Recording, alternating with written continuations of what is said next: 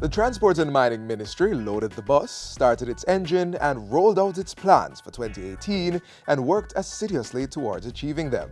We saw roadworks, airports improvement, laws being passed, and portfolio responsibility transitioning from Mike Henry to Robert Montego in March.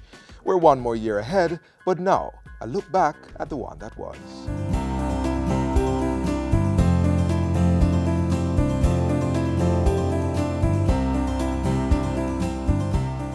As we break ground on this $65 million expansion project. A new air traffic control tower is rising up at the Ian Fleming International Airport. $40 million later, Sangster's new tower is already controlling air traffic and an upgraded ramp. It is only fitting that the third largest airport in the region be equipped with the best technology to match that of other airports, to effectively and efficiently carry out its functions. And Norman Manley International Airport operation was divested to Mexican company Grupo Aeroportuario del Pacifico, GAP. But allowing the competent skills to take over the asset, to manage the asset, and to take the risk unlocks a new world of opportunity for our airport.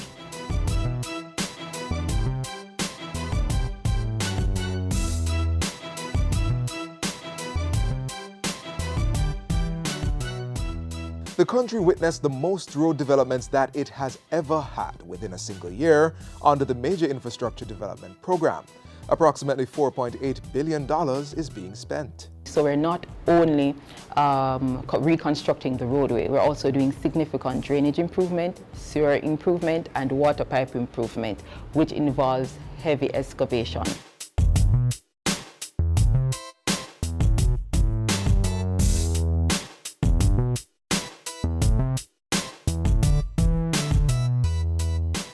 The House of Representatives and the Senate passed the long-awaited New Road Traffic Act that will introduce heavier fines and penalties for breaching the road code. Provisions in the Principal Act which set out the principles of law, while the substantial operational details will be placed in the regulations.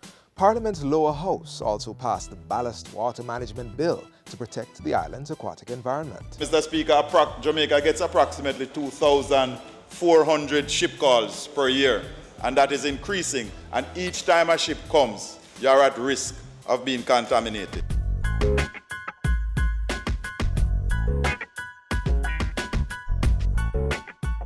Drivers and passengers welcomed PSTEB, the Public Safety and Traffic Enforcement Branch, a new police unit with an improved and centralized way of monitoring the road environment.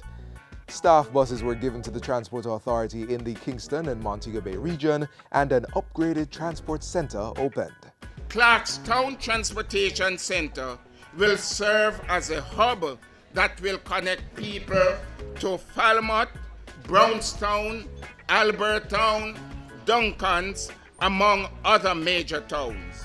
And the first phase of the US $2.5 billion Vernon Field Development Project in Clarendon, dubbed Aerotropolis Jamaica, rolled out.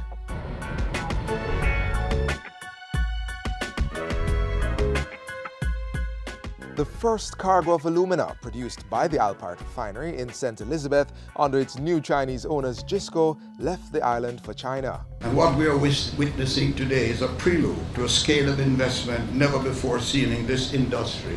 And 60 Jamaicans got the opportunity to be trained in technical operations facilitated by GISCO. Because it also says to us that it is the intention of GISCO to ensure that Jamaicans can participate in a comprehensive way in the industry. That it is not the intention to bring technical resources and expertise from China alone, but to develop it right here in Jamaica so that we can run the business of bauxite. Government signed the Innovation Agreement, or bauxite mining lease, with New Day Aluminum Jamaica. This allows for a profit-sharing scheme where both partners will benefit from any financial recovery of the mining and refining operations. We believe that this new arrangement will earn the country more in US dollars compared to the traditional levy system.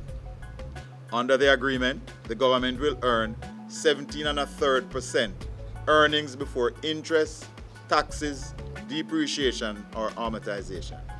In that year, too, the House of Representatives approved the withdrawal of $223 million from the Capital Development Fund to provide budgetary support to the Jamaica Bauxite Institute for the rest of the 2018-2019 financial year. Government implemented protections for Jamaica ahead of U.S. sanctions imposed on Russian aluminum company UC Rusal, which operates the West Indies alumina company, Windalco.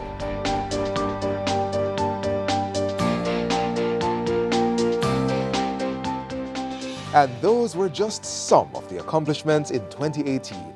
The Ministry of Transport and Mining